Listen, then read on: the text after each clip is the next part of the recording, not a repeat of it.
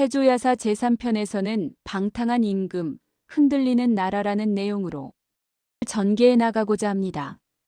끝까지 시청해 주시면 감사하겠습니다. 고려 말 왕조의 운명이 바람 앞 등불 같았던 시절 한 인물이 격동의 시대를 헤쳐나가고 있었습니다. 바로 훗날 조선을 건국한 위대한 영웅 태조 이성계였습니다. 하지만 그의 앞에는 만만찮은 장애물들이 산적해 있었으니 그 시작은 바로 어린 왕 우왕의 방탕한 정치와 그를 둘러싼 권신들의 횡포였습니다. 때는 바야흐로 14세기 말 고려는 안팎으로 극심한 혼란에 빠져 있었습니다. 공민왕 시해라는 비극적인 사건 이후 어린 나이에 왕위에 오른 우왕은 정사에는 전혀 관심이 없었고 오직 주색에 빠져 방탕하고 무절제한 생활을 일삼았습니다. 궁궐에서는 밤낮으로 화려한 연회가 끊이지 않았고 기생들과 어울려 흥청망청 시간을 보내는 것이 그의 일상이었습니다. 왕이 이토록 무능하고 향락에 젖어 있으니 조정 대신들은 권력을 탐하며 사리사욕을 채우기 바빴습니다. 이인임, 염흥방, 임견미와 같은 권신들은 서로 붕당을 지어 끊임없이 세력을 확장하고 견제하며 전국을 혼란에 빠뜨렸습니다. 이들의 탐욕과 전횡은 고스란히 백성들의 고통으로 이어졌고 고려의 국운은 마치 촛불처럼 흔들리며 기울어가고 있었습니다. 특히 이인임은 친원 정책을 고수하며 명나라의 심기를 불편하게 만들었고 이는 훗날 고려에 걷잡을 수 없는 위협으로 다가올 중요한 씨앗이 되었습니다. 이러한 대내외적 불안정 속에서 백성들의 삶은 이루 말할 수 없을 정도로 피폐해져만 갔습니다. 이러한 정치적 혼란 속에서 백성들을 가장 직접적으로 괴롭힌 것은 바로 끊임없이 창궐하는 왜구였습니다. 남해안은 물론 강을 따라 내륙 깊숙한 곳까지 침략하여 약탈과 살육을 일삼는 왜구들 때문에 백성들은 농사를 지을 수도 심지어는 평화롭게 잠들 수도 없었습니다. 그들의 침략은 고려의 경제 기반을 송두리째 흔들었으며 수많은 마을이 불에 타 사라지고 셀 수 없는 백성들이 목숨을 잃거나 포로로 끌려갔습니다. 조정은 왜구를 소탕하기 위해 여러 차례 군사를 파견했지만 이렇다 할 큰 성과를 거두지 못했습니다. 왜구들은 좁은 배를 타고 바다에 익숙했으며 기습과 게릴라 전술에 능했기 때문에 고려군은 번번이 패배하거나 막대한 손실을 입었습니다. 백성들의 원성은 하늘을 찔렀고 나라의 기강은 땅에 떨어져 더 이상 회복할 수 없는 지경에 이르렀습니다. 이로 인해 백성들은 고려 조정에 대한 신뢰를 완전히 잃어가고 있었습니다. 이때 고려의 운명을 바꿀 한 줄기 빛이 절망적인 상황 속에서 나타났으니 그가 바로 북방에서 무인으로서 명성을 떨치던 이성계였습니다. 이성계는 탁월한 무예와 뛰어난 지략, 그리고 뛰어난 통솔력으로 왜구 토벌에 혁혁한 공을 세웠습니다. 그의 이름은 전장에서 용맹함과 승리의 상징이었습니다. 특히 1380년 우왕 6년의 황산대첩에서는 왜구의 대장 아지발도를 직접 사살하며 왜구의 주력을 거의 괴멸시키다시피 격파했습니다. 또한 지리산과 섬진강 일대에서 수많은 왜구를 섬멸하여 백성들에게는 절실했던 희망을 안겨주었고 오랜 세월 시달리던 왜구의 공포로부터 일시적인 해방을 가져다 주었습니다. 이성계의 등장은 고려 백성들에게 한숨 돌릴 기회를 주었을 뿐만 아니라 땅에 떨어진 조정의 위신을 세우는 데도 크게 기여했습니다.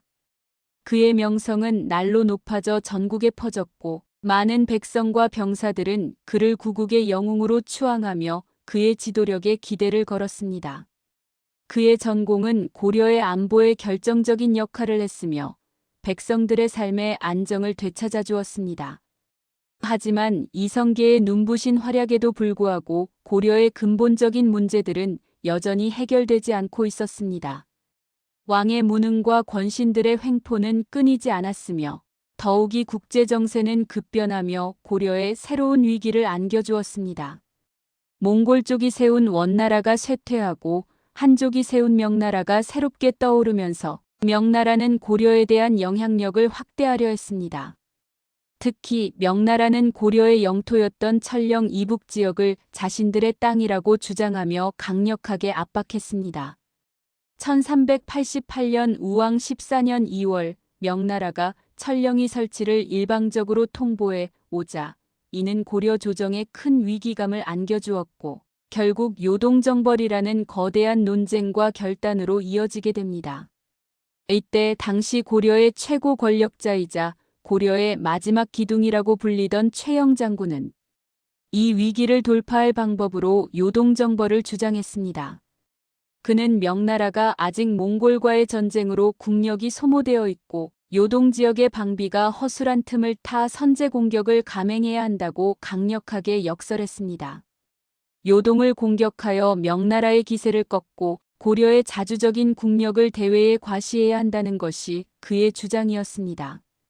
최영은 강직하고 용맹하며 나라를 사랑하는 마음이 투철한 인물로 국난 극복을 위해 자신의 모든 것을 바치고자 했습니다. 그의 결단력과 추진력은 우왕에게 깊은 인상을 주었고 우왕 또한 최영의 강경한 주장에 동조하여 요동정벌을 전격적으로 결심하게 됩니다. 방탕한 생활을 일삼던 우왕이 나라의 운명을 건 대업에 갑자기 뛰어든 것은 어쩌면 자신의 무능함을 감추고 왕권을 강화하려는 절박한 의도가 있었는지도 모릅니다. 그는 요동정벌을 통해 자신의 왕권을 확고히 하고자 했을 것입니다. 그러나 북방에서 명성을 떨치던 이성계의 생각은 최영과는 완전히 달랐습니다. 그는 최영의 요동정벌론이 무모하고 고려에 막대한 피해를 입힐 것이라 판단하고 강력히 반대하며 4가지 불가론을 내세웠습니다. 첫째, 소국 고려가 대국 명나라를 치는 것은 도의적으로나 현실적으로나 옳지 않다는 것이었습니다. 이는 국제정세에 대한 냉철한 판단을 바탕으로 한 외교적 고려였습니다. 둘째, 여름철에 군사를 일으키면 장마로 인해 전염병이 돌기 쉽고 병사들의 사기가 저하되며 습기로 인해 보급품 운송도 극도로 어려워진다는 현실적인 군사적 문제점을 지적했습니다. 셋째, 요동으로 주력 병력이 빠져나가면 빈틈을 타 왜구가 다시 침략할 위험이 크다는 점을 강조했습니다. 이는 이성계 자신이 왜구 토벌에 앞장섰던 경험에서 우러나오는 절실한 경고였습니다. 넷째, 여름철에는 활의 악효가 녹아 무기로서의 기능을 상실하기 쉬워 전투력이 크게 떨어진다는 구체적인 무기 관리의 어려움을 들었습니다. 이성계는 이처럼 현실적인 문제를 들어 요동정벌이 무모한 전쟁이 될 것이며 고려에 돌이킬 수 없는 피해를 입힐 것이라고 경고했습니다. 그의 주장은 백성들의 고통과 군사들의 어려움을 깊이 헤아리는 뛰어난 통찰력과 현실적인 판단에서 비롯된 것이었습니다. 그는 단순히 전쟁을 피하려는 것이 아니라 고려의 안위와 백성들의 삶을 최우선으로 생각했던 것입니다. 하지만 우왕과 최영은 이성계의 이러한 반대와 경고를 무릅쓰고 요동정벌을 강행했습니다. 우왕은 이성계를 좌군 도통사로, 조민수를 우군 도통사로 삼아 1388년 우왕 14년 4월 5만 명에 달하는 대규모 병력을 이끌고 압록강을 건너 요동으로 향하게 했습니다. 그의 발걸음은 무거웠습니다. 백성들의 깊은 걱정과 병사들의 불안감, 그리고 자신의 4가지 불가론이 현실이 될지도 모른다는 우려가 고스란히 그의 어깨를 짓눌렀습니다. 압록강을 건너 요동으로 향하는 길목에 있는 위화도에 도착한 이성계는 밤잠을 설쳤습니다. 계속 진군하면 엄청난 희생만 따를 뿐 승산이 없다는 판단이 섰습니다. 병사들은 지쳐 있었고 장마는 이미 시작되어 식량과 보급품 운송은 지연되고 있었습니다. 게다가 역병이 돌기 시작하며 병사들의 사기는 바닥으로 떨어지고 있었습니다. 이대로 진군하는 것은 고려군 전체를 파멸로 이끄는 길이라고 확신했습니다. 그는 오랜 고뇌와 숙고 끝에 결국 위화도에서 회군을 결심합니다. 이는 단순한 군사적 판단을 넘어 고려의 운명을 바꾸고 새로운 시대를 여는 역사적인 결정이었습니다.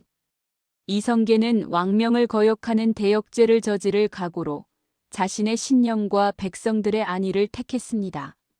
그의 가슴 속에는 새로운 세상을 향한 뜨거운 열망이 타오르고 있었을지도 모릅니다.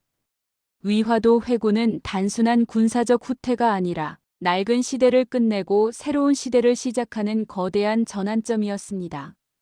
위화도 회고는 순조롭게 진행되었고 성공적이었습니다. 이성계는 회군 후 개경으로 돌아와 요동정벌을 주도했던 최영을 제거하고 우왕을 폐위시켰습니다. 우왕은 강릉으로 유배되었고 얼마 후 서인으로 강등되어 비참한 최후를 맞이했습니다. 최영 또한 이성계에 의해 처형되면서 고려의 마지막 버팀목은 그렇게 무너져 내렸습니다. 이후 이성계는 우왕의 아들인 창왕을 옹립했지만 그 역시 우왕의 아들이라는 이유로 폐위시키고 신돈의 혈통임을 주장하며 정통성을 부정했습니다. 그리고는 정창군 왕요를 옹립하여 공양왕으로 세우며 고려의 권력을 완전히 장악했습니다. 이 일련의 사건들은 고려 왕조의 종말을 고하고 조선 건국의 서막을 알리는 결정적인 순간들이었습니다.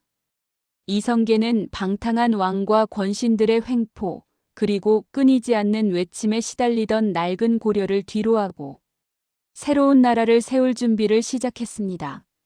그는 새로운 왕조를 통해 백성들이 평화롭고 안정적인 삶을 살 수 있는 이상적인 국가를 꿈꾸었습니다. 백성들은 새로운 희망을 품었고 역사의 물줄기는 그렇게 흘러갔습니다. 우왕의 방탕한 정치, 왜구의 창궐, 권신들의 바로, 그리고 무모했던 요동정벌의 꿈은 이성계라는 한 영웅의 등장과 함께 역사의 뒤안길로 사라지고 새로운 시대가 밝아오고 있었습니다. 이 모든 야사는 단순히 옛날 이야기가 아니라 격동의 시대 속에서 한 나라의 운명이 어떻게 바뀌어갔는지, 그리고 그 속에서 인간의 욕망과 고뇌, 그리고 결단이 어떤 역할을 했는지 보여주는 생생한 증거입니다.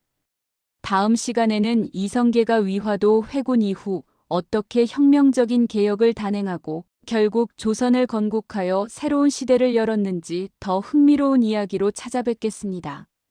고려의 마지막과 조선의 시작을 함께 탐험하며 역사 속에서 지혜를 얻는 시간이 되기를 바랍니다.